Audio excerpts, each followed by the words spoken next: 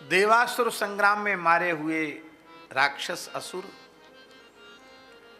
वे देवताओं से अपना बदला लेने के लिए थे तो सब राक्षस असुर, पर वे राजवंशों में राजाओं के रूप में उत्पन्न हो गए और मूल में तो असुर थे। इसलिए उन्होंने वही सब कुछ किया जिससे सनातन धर्म निर्मूल हो जाए। उन दुष्ट राजाओं के अत्याचारों से दुखी होकर के यह धरती माता गौरभूत्वा सुमुखी खिन्ना क्रंदंती करुणम विभो उपस्थितांतिके तस्मै व्यसनम स्वंबोचत। उस समय धरती माता, जो धरती माता है ना, इसका अपना आधिदैविक जो स्वरूप है वो गाय का ही है।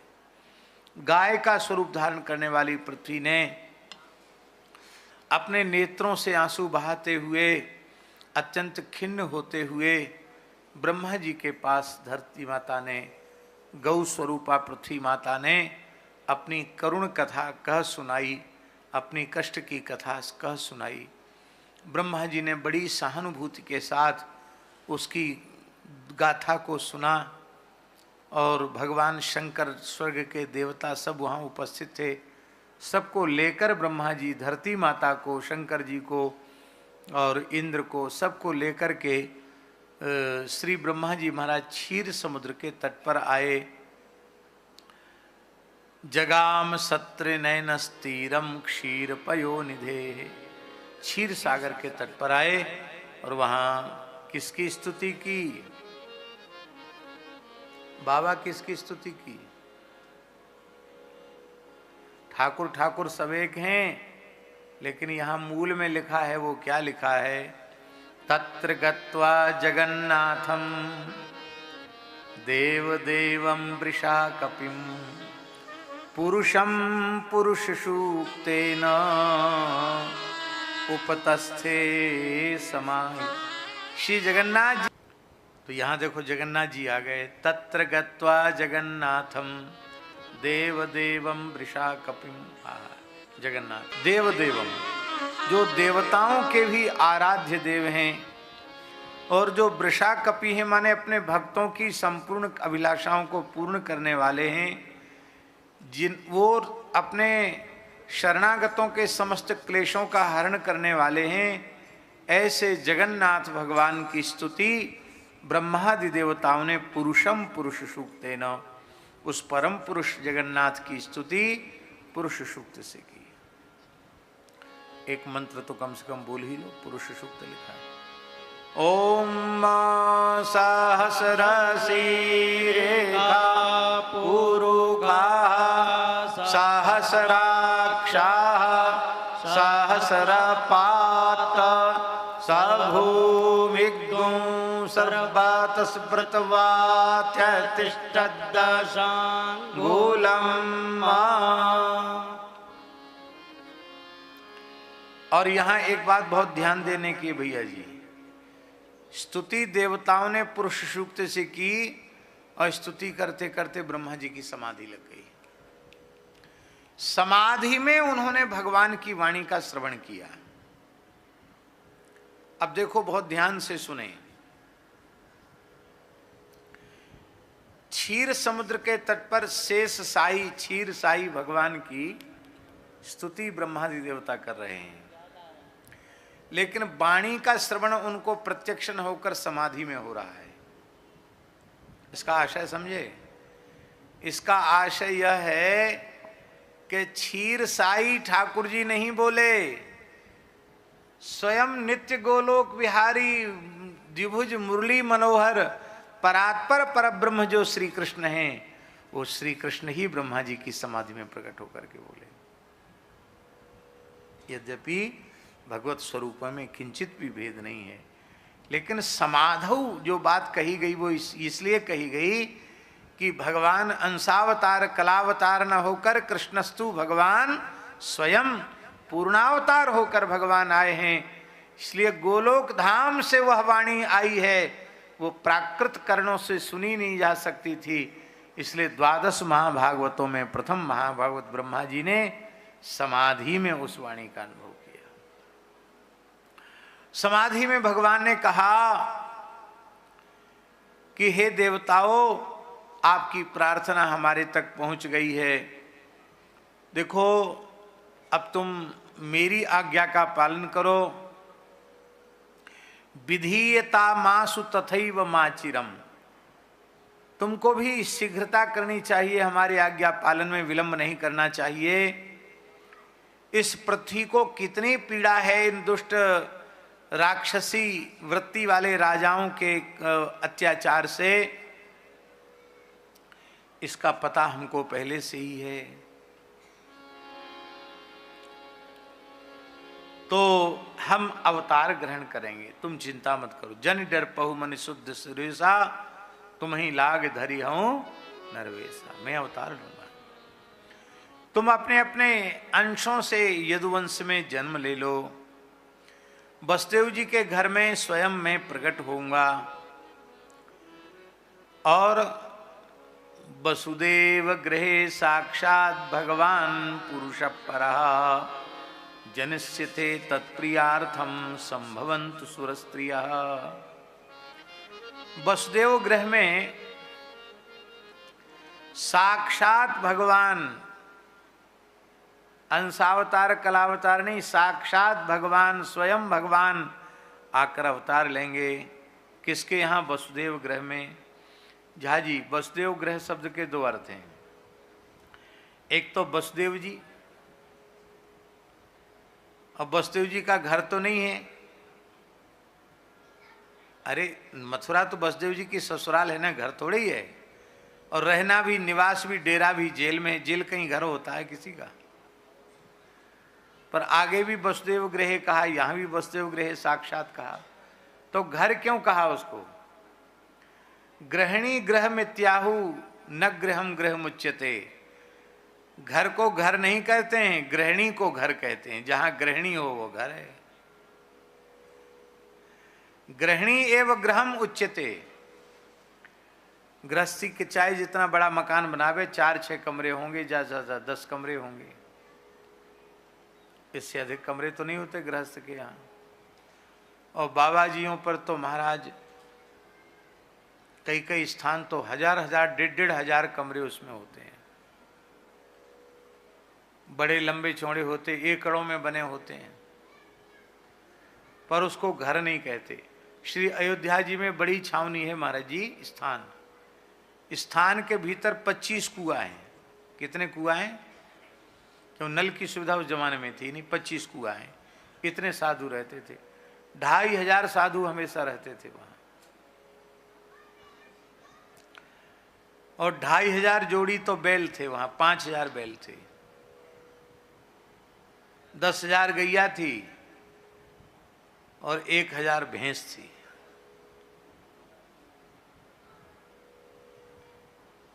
अब इतना संपत्तिशाली स्थान, कोई आओ 24 घंटे में सबको प्रसाद था बड़ी छावनी में। पूरे भारतवर्ष में नाम था बड़ी छावनी की संत सेवा का। बाबा श्री रघुनाथ दास जी सिद्ध पुरुष थे, लेकिन इतना बड़ा 52 बीघे में बना हुआ स्थान, फिर भी उसको घर नहीं कहेंगे। जहाँ सैकड़ों कमरे हैं उसको घर नहीं कहेंगे। रेवासा धाम पुराना बना हुआ है, 600 साल पुरानी इमारत है, 84 कमरे हैं। कितने? 1-1, 1.5 मीटर चौड़ी दीवारें हैं। पुराने जमाने का है स्थान। पहले इस अटैच व्यवस्था तो होती नहीं थी, कमरों में रुक जाओ, कमंडल उठाओ, जंगल में चले जाओ और कुआं से खींच के नहा लो, यही व्यवस्था थी पुरानी। पर 84 कमरा होने पर भी उसको घर तो नहीं कहेंगे, मठ कहेंगे, पीठ कहेंगे, आश्रम कहेंगे। क्यों नहीं? और भले ही एक फूस की झोपड़ी हो, पर घरवाली संग में है तो उस झोपड़ी को भी घर कहेंगे। इसलिए गृहिणी गृह मुच्यते, गृहिणी ही ग्रह है। गृहिणी न हो तो घर घर नहीं है, गृहिणी से ही घर है। तो इसलिए कंस कारागृह में भी देवकी विराजमान हैं वसुदेव जी के सहित, इसलिए उसको भी घर मान लिया गया। तो वसुदेव गृह हो गया। वसुदेव गृह साक्षात भगवान अवतार लिए।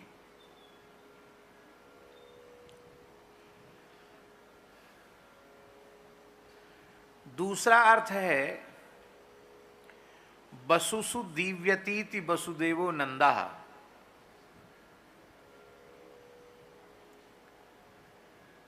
द्रोणो वसु नाम प्रवरो धरया सह भार्या। ये द्रोण नाम के वसु है ना अष्ट वसुओं में, तो वसुओं में भगवान के पिता नंद होने का सौभाग्य इनको मिला, इसलिए ये अष्ट वसुओं में विशेष शोभा इनकी हो रही है, विशेष कांति आभा प्रभा इनकी बढ़ी हुई है। इसलिए वसुसु दिव्यतीति वसुदेवो नंदा तस्य गृहे। एक साथ दो जगह अवतार हो रहा भैया जी, वसुदेव ग्रह में भी अवतार हो रहा है और नंद ग्रह में भी अवतार हो रहा है। महापुरुषों ने बड़ा बारीक विचार किया है। वसुदेव ग्रह में जो अवतार हो रहा है मथुरा में, हो रहा है रोहिणी नक्षत्र के द्वितीय चरण में। तो रोहिणी नक्षत्र के द्वितीय चरण के अनुसार अक्षर होता है बा, ओ बा। और नंद ग्रह में जो अवतार हो रहा है वो रोहिणी नक्षत्र के तृतीय चरण में हो रहा है, तो तृतीय चरण के अनुसार अक्षर हुआ बी। बोलो बिहारी जी महाराज की जय हो। इसलिए वो बिहारी जी हो गए, और वहां बाक्षर पे इसलिए वासुदेव हो गए। दोनों एक है।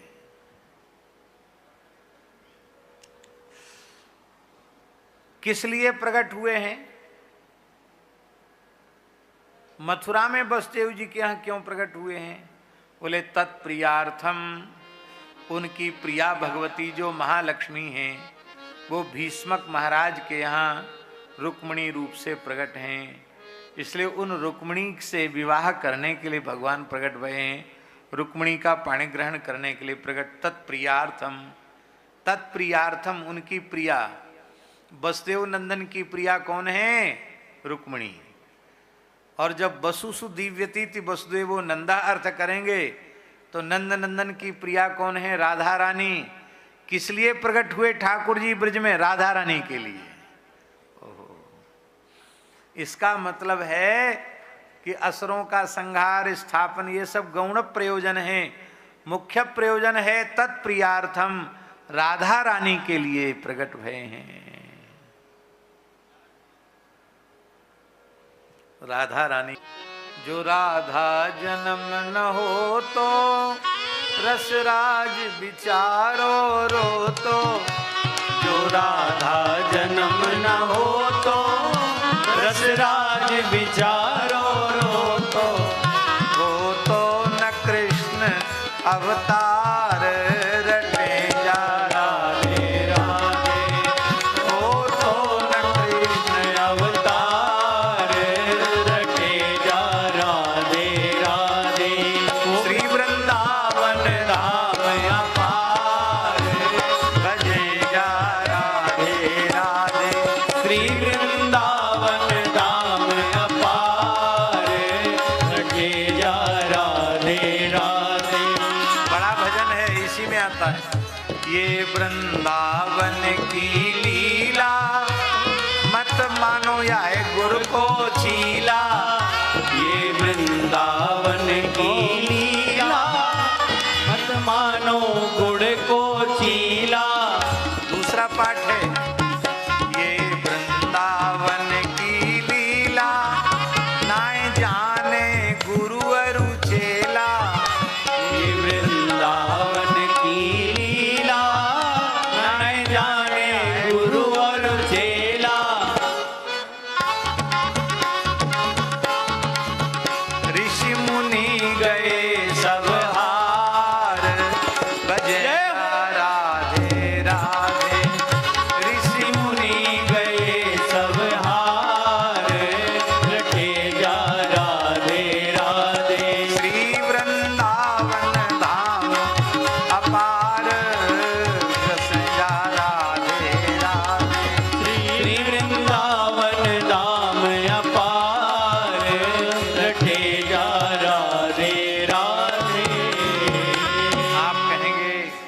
कथा कहते हो भाई? ठाकुर जी आए नहीं और राधा रानी का नाम आ गया। हाँ बोले लिखा है भाई, जनिष्यते तत्प्रियार्थम। हम कोई खींचतान का अर्थ थोड़ी कर रहे हैं। तत्प्रियार्थम जनिष्यते संभवन्तु सुरस्त्रिया। श्री जी के लिए जन्म लेंगे। आप कहेंगे ये तो आपने कह दिया। ठाकुर जी कह रहे हैं कि हमारा अवतार राधा रानी के लिए है। हाँ, गीत गोविंद महाकाव्य में श्री जयदेव महाप्रभु कह रहे हैं, बहुत रसमयी पंक्ति है भैया जी। त्वमसि मम जीवनम,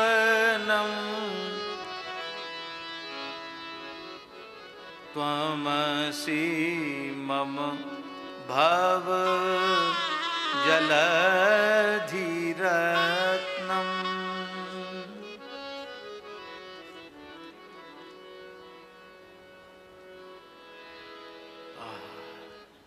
त्वमसि मम भूषणम, त्वमसि मम जीवनम,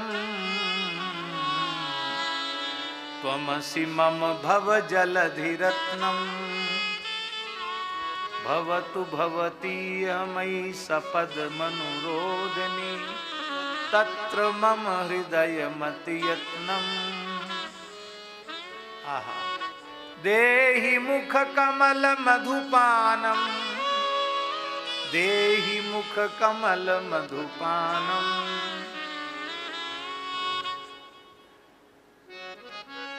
मुंच मयि मानमनिदानम, मुंच मयि मानमनिदानम। इसमें झाजी मम भव जलधि रत्नम।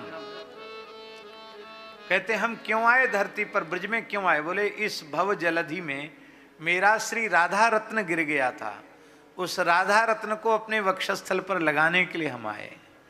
श्री किशोरी जी के लिए ही ठाकुर जी धरती पर आते हैं। हाँ, इससे सिद्ध होता कि पहले किशोरी जी आ जाती है लीला में। भले ही प्रकट आगे पीछे हों, पर पहले श्री किशोरी जी आ जाती है। बोलो भक्तवत्सल भगवान की। अब तो महाराज कथा सब आप जानते ही हैं। उग्रसेन के भाई देवक, बड़े भाई देवक, उनकी पुत्री देवकी का विवाह गर्गाचार्य जी के निर्देश के अनुसार वसुदेव जी के साथ हो गया। कंस बड़ा दुष्ट प्रकृति का था। कंस के दुष्ट प्रकृति के होने का कारण था कि कंस वस्तुतः उग्रसेन का पुत्र ही नहीं था।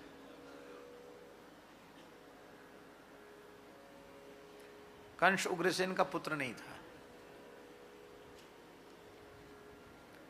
स्पष्ट कथा आती है पुराणों में। राक्षस का नाम क्या था? हेती नाम था, क्या था? है? गोभिल। हाँ, गोभिल। गोभिल नाम का असुर था। वो उग्रसेन की पत्नी के रूप को देखकर आकृष्ट हुआ और उग्रसेन की पत्नी उस समय अपने मायके में थी।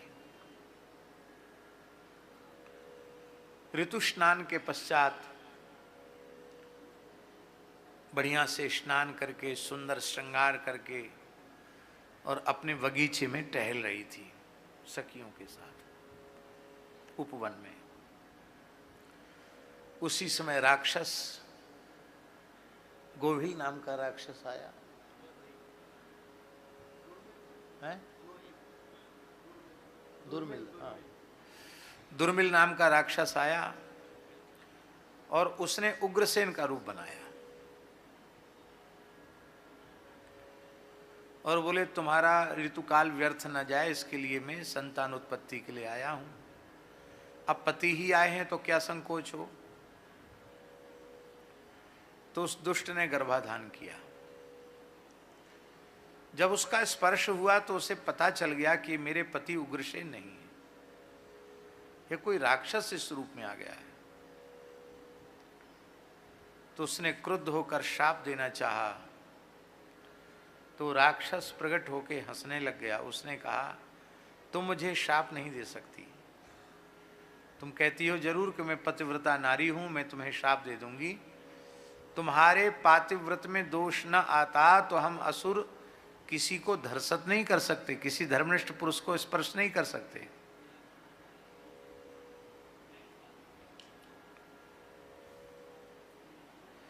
न प्रेतो न पिशाचो वा यक्षो गंधर्व एव वा भक्ति युक्त मनस्कानाम स्पर्शने न प्रभुर्भवेत्। पद्म पुराण में लिखा है।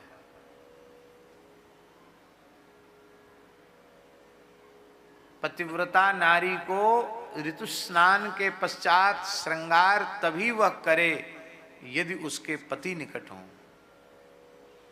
पति तुम्हारे घर पे हैं और तुम बगीचे में किसको अपना सौंदर्य दिखाने के लिए इतना मेकअप करके घूम रही थी।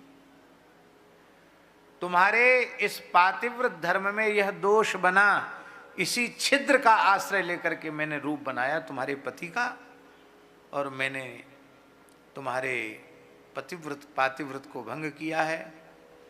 और तुम मुझे शाप तो दे नहीं सकती हो, पर इतनी बात सुन लो, इस गर्भ को त्यागना मत, महापराक्रमी होगा ये पुत्र। बस कह के वो चला गया अंतर्धान। उग्रसेन को ये पता लग गया था कि ये गर्भ मेरा नहीं है, लेकिन फिर भी तब तक उनके कोई संतान नहीं थी। सोचा कोई बात नहीं, फसल उसी की मानी जाती जिसका खेत होता है। खेत हमारा तो फसल दूसरे की कैसे होगी।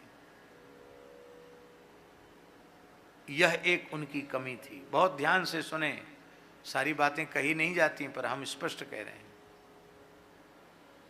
और उसका दुष्परिणाम बाबा क्या हुआ कि कंस ने अपने बाप को ही जेल में डाल दिया। ये कालनेमी नामक जो असुर है वो कालनेमी ही कंस के रूप में पैदा हुआ है। इस राक्षस के माध्यम से कालनेमी ने गर्भ में निवास किया। उत्पत्ति की बड़ी महिमा है। आप लोग कहेंगे कि उस राक्षस के द्वारा किए गए, इसलिए महाराज जी यहां तक लिखा है कि गर्भस्थापन के पूर्व में कोई अपवित्र अश्लील दृश्य सामने नहीं आना चाहिए। वो दृश्य आ जाएगा तो उसका प्रभाव जन्म लेने वाले बालक या बालिका पर हो जाएगा। ऊटपटांग आकृति नहीं आनी चाहिए। अब हमारी बात पर आप विश्वास नहीं करेंगे, मत करो। छांदोग्य उपनिषद उठा करके आप देखो, छांदोग्य उपनिषद के अनुसार गर्भाधान को यज्ञ कहा गया। गर्भाधान को यज्ञ कहा गया। यज्ञ, उसमें कुंड क्या है, समिधा क्या है, आहुति क्या है और उस यज्ञ का फल क्या है, सारी बात लिखी है। छांदोग्य उपनिषद को पढ़ लेना। विधि पूर्वक की गई संतान की उत्पत्ति भी यज्ञ के समान है। विधि पूर्वक किया गया भोजन भी यज्ञ है। हमारी तो संस्कृति ही यज्ञ संस्कृति है। यज्ञेन यज्ञमय जंत देवास्तानि धर्माणि प्रथमान्यासन्नो तेह नाकम महिमान सचंत यत्र पूर्वे साध्या संति देवा। हमारी संस्कृति ही यज्ञमयी। तो इसलिए कंस बहुत जन्मजात ही दुष्ट था और इसकी दुष्टता के कारण इसकी बड़ी निंदा हो रही थी। इसने सोचा थोड़ी सी अपनी चमक हम बढ़ा लें। तो था तो दुष्ट ही, कोई बदला नहीं था, लेकिन अपनी चचेरी बहन देवकी के विवाह में इसने बहुत बढ़ चढ़ करके भाग लिया। 400 मदमत्त हाथी दिए दहेज में, 15,000 घोड़े दिए, 1800 रथ दिए, सुंदर सुंदर वस्त्राभूषणों से सुसज्जित 200 सुकुमारी दासियां दहेज में दी। और महाराज शंख, तुरही, मृदंग, दुंदुभी आदि बाजे बजने लग गए और कंस को उत्साह बहुत बढ़ गया। अपनी बहन को विदा करते समय बहन बहन कह के रोने लग गया। लोग कहने लगे, अरे देखो इनका खलनायक वाला स्वरूप तो हम लोगों ने देखा, लेकिन इनका स्नेहिल स्वरूप, प्रेमी स्वरूप तो हम लोगों के परिचय में ही नहीं है। बड़े उदार हैं, बड़े प्रेमी हैं, बड़े दयालु हैं, देखो अपनी बहन से कितना प्रेम करते हैं। लोग बड़ाई कर रहे थे, ध्यान में ही बात, और बड़ाई कर रहे थे तो और ज़्यादा नाटक कर रहा था ये प्रेम का, तो फूल गया अपनी प्रशंसा में। तो रथ के सारथी को नीचे उतार दिया, खुद ही सारथी की कुर्सी पर बैठ गया, घोड़े की रास लेकर रथ हाँकने लग गया।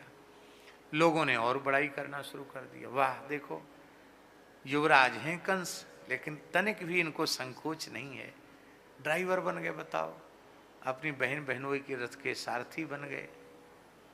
उसी समय आकाशवाणी हुई, पथि प्रग्रहणम कंसम आभास्याः शरीरवाग अस्यास्त्वाम अष्टमो गर्भो हंतायाम बहु सुबुध। अरे मूर्ख, जिस वसुदेव देवकी को तू रथ में बिठा करके ले जा रहा है, उस देवकी का 8वां गर्भ तेरा काल होगा।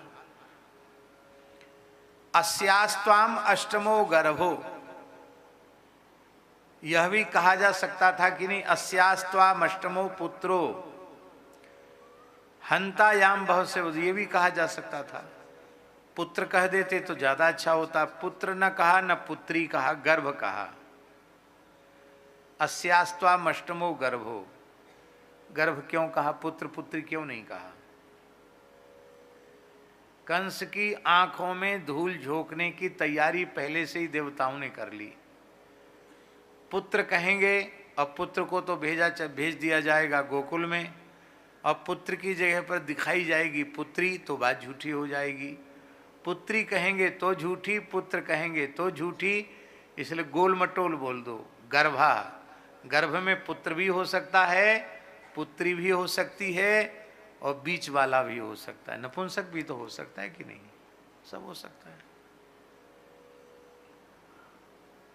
कंस के भीतर बिजली सी कौंध गई। इत्युक्त सखला पापो भोजानां कुल पांसना, भोजवंश का कुलांगार कंस रथ से कूद पड़ा और देवकी की चोटी पकड़ करके रथ से उठाकर नीचे पटक दिया। भगनीम हंतुमारब्धा, बहन को मारने के लिए खड्ग पाणी कचे गृहीत, हाथ में तलवार लेकर केस पकड़ लिए उसने देवकी के। उस निंदित कर्म करने वाले उस निर्लज्ज कंस को देख करके वसुदेव जी के मन में आया, ये इतना उद्दंड है और इतना पराक्रमी है कि मैं युद्ध करके इसको जीत नहीं सकता। मेरे पास कोई सेना नहीं, कोई बल नहीं, ये अपने घर में है, अपने नगर में है, इसके पास सल है, सेना है, और स्वयं भी बहुत बलशाली है। तो कैसे करें? दंड नीति, साम दंड, साम दान दंड भेद 4 नीतियां हैं ना, उनमें साम नीति से ही काम लिया जा सकता है। ऐसा विचार करके वसुदेव जी ने कहा कि हे भोजवंश के यशस्वी प्रशंसनीय गुणों वाले कंस, कंस प्रशंसनीय गुण वाला है, और भोजवंश का यशस्वी है कि वो कुल कलंक है। लेकिन चलो, कई बार काम बनाने के लिए दुष्ट की भी स्तुति करनी पड़ती है, इसलिए महात्मा वसुदेव दुष्ट कंस की स्तुति कर रहे हैं। आप तो बड़े प्रशंसनीय हैं, भोजवंश में आपकी कीर्ति का क्या कहना, आपकी सारी कीर्ति चौपट हो जाएगी यदि विवाह के अवसर पर आप अपनी बहन की हत्या कर देंगे। देखो महाराज, आप अपनी बहन को मारकर अमर तो नहीं हो जाएंगे, मृत्यु जन्म के साथ ही उत्पन्न हो जाती है। आज मृत्यु हो या 100 वर्ष के बाद मृत्यु हो, मरना तो पड़ेगा, मरने से बचा नहीं जा सकता। बहुत समझाया। ये दीना तुम्हारी छोटी बहन तुम्हारी बच्ची के जैसी है, अभी इसकी मांग का सिंदूर सूखा नहीं है, हाथ के कंगन खोले नहीं हैं, कंकण खोले नहीं हैं, और इस समय आप इसका वध करेंगे तो कितनी आपकी निंदा होगी। कंस ने कोई समझौता नहीं किया अपने विचार से, वो तो मारने पर ही अडिग था। तब श्री वसुदेव जी ने कहा, प्रदाय मृत्यवे पुत्रान मोचये कृपणामि माम सुता में यदि जायरन मृत्युर्वा न म्रियेत चेत। देखो भोजराज कंस, तुम्हें देवकी से भय नहीं, देवकी की संतान से भय है, तो मैं प्रतिज्ञा करता हूं कि देवकी की संतान मैं तुम्हें दे दूंगा। इसने वसुदेव देवकी को कारागृह में डाल दिया और एक एक करके 6 पुत्रों की हत्या कर दी। 7वीं में दाऊ दादा आए। भगवान ने योग माया से कहा कि तुम दाऊ जी को भेज दो, नंद ब्रज में रोहिणी के गर्भ में विराजमान कर दो, और फिर मैं 8वें के रूप में मैं स्वयं अवतार लूंगा। और हे योग माये, तुम स्वयं नंद गोप की पत्नी यशोदा के गर्भ से जन्म ले लो, और उस समय तुम्हारे अनेक नाम होंगे। कौन कौन से नाम होंगे? ध्यान से सुने, वो नाम बड़े पवित्र नाम हैं। सारे संसार के लोग तुम्हारी पूजा करेंगे, तुम सबकी कामनाओं की पूर्ति करोगे। धूप दीप उपहार बलि आदि के द्वारा तुम्हारी पूजा करेंगे। कौन कौन से नाम होंगे तुम्हारे? भगवान कह रहे हैं, दुर्गा भद्रकालीति विजया वैष्णवीति च, कुमुदा चंडिका कृष्णा माधवी कन्यकेति च, माया नारायणी सानी शारदेत्यंबिकेति च। 14 नाम बताए। प्रधान वैसे 51 शक्तिपीठ कहे जाते हैं, 108 शक्तिपीठ भी कहे जाते हैं, अनेक उपपीठ भी हैं, पर यहाँ 14 नाम लेकर के 14 स्थल विशेषों का स्मरण किया गया। समय नहीं है, समय ज्यादा हो रहा है, नहीं तो एक एक स्थल का बताते कौन सा स्वरूप कहाँ है। दुर्गा कहाँ है? दुर्गा स्वरूप वाराणसी में दुर्गा कुंड पर दुर्गा। भद्रकाली थी, भद्रकाली स्वरूप कहाँ है? नहीं नहीं नहीं, भद्रकाली स्वरूप है उज्जैनी में, उज्जैन में। वो भद्रकाली नहीं, वो है दक्षिणा काली। जगन्नाथपुरी में है विजया, जिनको विमला देवी कहा जाता है। कटरा जम्बू के पास है वैष्णवी देवी, वैष्णवी तिज। कुमुदा, ये कैला देवी को ही कुमुदा माता कहा है। करौली में कैला माता, ब्रज में कैला माता के भगत बहुत हैं। चंडिका, ये पंजाब क्षेत्र में है चंडी देवी। कृष्णा, दक्षिण भारत में कृष्णा नदी के तट पर। माधवी, माधवी कहाँ है? ये भी दक्षिण भारत में है। और कन्यका, कन्याकुमारी दक्षिण में। माया, हरिद्वार में मायापुरी में माया देवी। नारायणी, ये नारायणी है, कोल्हापुर में महालक्ष्मी, इन्हीं को नारायणी कहा गया। ईशानी, ये ईशानी भी दक्षिण में ही है। और मध्य देश में है शारदा, मैहर की शारदा भवानी, शारदा देवी। और अंबिका, अंबिका है मथुरा में, क्योंकि मथुरा वृंदावन के मध्य के वन को अंबिका वन कहा गया। अंबिका देवी मथुरा में। इतने नामों से तुम्हारी पूजा होगी। शक्ति के महिमा के प्रतिपादक पुराणों में इनका बड़ा सुंदर वर्णन किया गया है। और बलदेव जी का अवतार होगा। और महाराज जी, एक बड़ी विशेष बात हम आपको बतावें। आज वैसे भाद्र शुक्ला षष्ठी को दाऊ जी का अवतरण है। भाद्र शुक्ला षष्ठी को दाऊ जी का प्राकट्य है, पर कल्प भेद से श्रावण पूर्णिमा को भी दाऊ जी का प्राकट्य है। ये बात कितने लोग जानते हैं बताओ? खड़े हो जाओ जो उंगली खड़े किए हैं। बिल्कुल ठीक। गौड़ीय आचार्यों ने प्रमाण दे करके श्रावण पूर्णिमा को बलभद्र जी का जन्म मनाया, जन्मोत्सव मनाया। और भी कई स्थलों में श्रावण पूर्णिमा को दाऊ जी का जन्मोत्सव मनाया जाता है। पुरी में कब मनाते हैं? आज लो, जगन्नाथपुरी के बाबा जी बैठे हैं, पर वैसे तो भूतपूर्व पंडा जी हैं।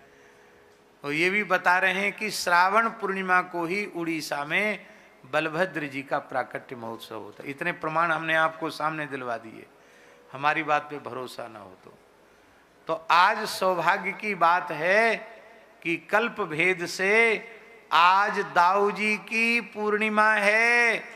आज जैसे कृष्ण जन्माष्टमी ऐसे दाऊ जी की आज श्रावण पूर्णिमा है। बोलो दाऊ दादा की जय, बोलो श्री दाऊ जी महाराज की जय। योग माया ने भगवान की आज्ञा को स्वीकार करके यशोदा जी के गर्भ में प्रवेश किया और इधर देवकी के गर्भ में, यशोदा जी के गर्भ में भगवान विराजमान हैं और देवता भगवान की स्तुति कर रहे हैं। बड़ी प्यार सत्यव्रतम सत्य परम त्रिसत्यम, सत्यव्रतम सत्य परम त्रिसत्यम, सत्यस्य योनिं निहितं च सत्ये, सत्यस्य योनिं निहितं च सत्ये, सत्यस्य सत्य मृत सत्य नेत्रम, सत्यस्य सत्य मृत सत्य नेत्रम, सत्यात्मकं त्वां शरणं प्रपन्ना, सत्यात्मकं त्वां शरणं प्रपन्ना, सत्यात्मकं त्वां शरणं प्रपन्ना, सत्यात्मकं त्वां शरणं प्रपन्ना, दिष्ट्यां ते कुक्षिगतः परः पुमान्, श्याम्बते कुक्षिगतः परः पुमान्, अंशेन साक्षात् भगवान् भवायनः, सेन साक्षात् भगवान्, मा भूद्भयं भोजपतेर्मुमूर्षोर्मा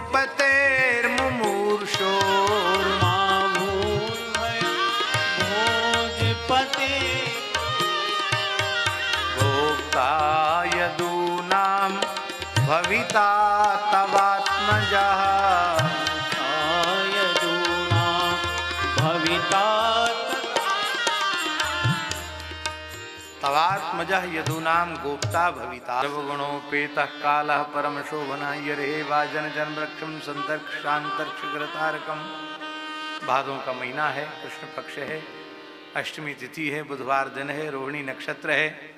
अर्धरात्रि के समय जैसे आकाश में चंद्रमा का उदय हुआ वैसे ही पूर्व दिशा रूपी देवकी में श्री कृष्ण चंद्र का उदय हो गया। बोलो कृष्णचंद्र भगवान की जय। अब सबके अलग अलग भाव हैं, उस भावों की चर्चा ठाकुर जी ने चाहा तो अगली वर्ष की जाएगी।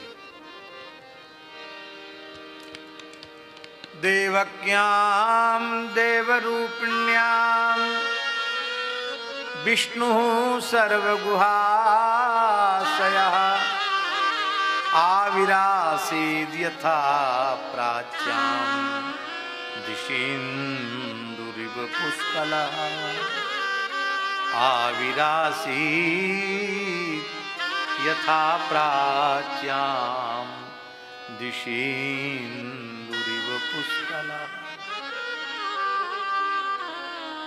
तमद्भुतं बालकमं मुझे क्षणं, तमद्भुतं बालकमं मुझे क्षणं, चतुर्भुजं शङ्खगदायुधायुधं, चतुर्भुजं शङ्खगदायुधायुधं, श्रीवत्सलक्ष्मं गलशोभिकौस्तुभं, श्रीवत्सलक्ष्मं गलशोभिकौस्तुभं, पीताम्बरं सान्द्रपयोधसौभगं, पीता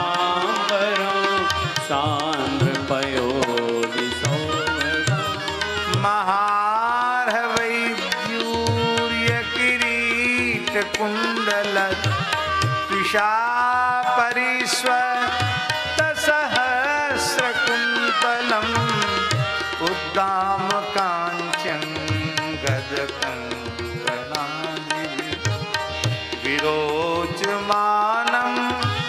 वसुदेव इक्षत विरोचमानम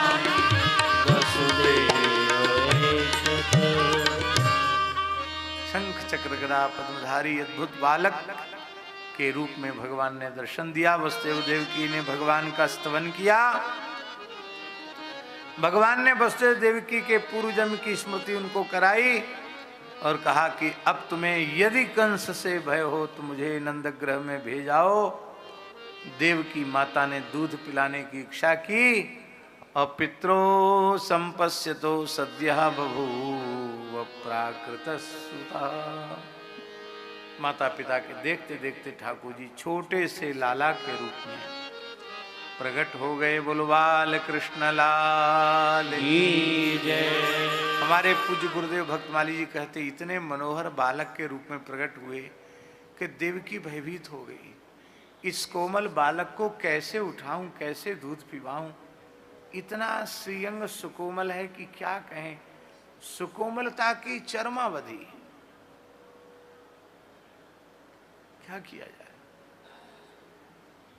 तो देवकी ने गोद में ठाकुर जी प्रकट हो गए। अब उठाने की तो सामर्थ्य नहीं, तो देवकी ने टेढ़ी होके ऐसी झुक गई और झुककर अपना दक्षिण पयोधर बालकृष्ण के लाल लाल अधर पल्लव के मध्य स्थापित किया। इतने कोमल हैं भैया जी हमारे जन्मजात लाला ठाकुर जी कि अपनी मैया के दक्षिण पयोधर के अग्रभाग का भार भी सह न सके। ज्यादा वजन पड़ गया तो ठाकुर जी टेढ़े हो गए। अब आप 50 किलो वजन रख सकते हो, उठा सकते हो, और 150 किलो वजन धर दिया जाए तो आपकी क्या हालत होगी। दुल्लर से तिल्लर हो जाओगे।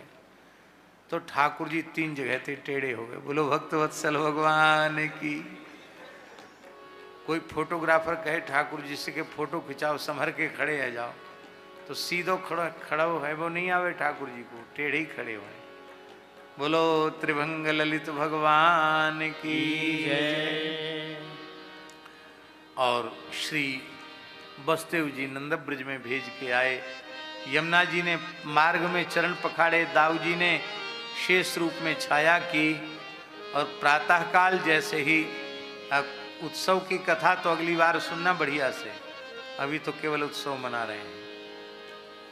सुनंदा जी ने स्वप्न देखा और अपनी भाभी के अंक में नीलमणि को दर्शन कियो। दौरी भई सुनंदा जैसे सूतकागार में गई, हक्की बक्की रह गई। ऐसो मनोहर लाला मैंने आज तक कभी देखो नहीं, सुनो नहीं।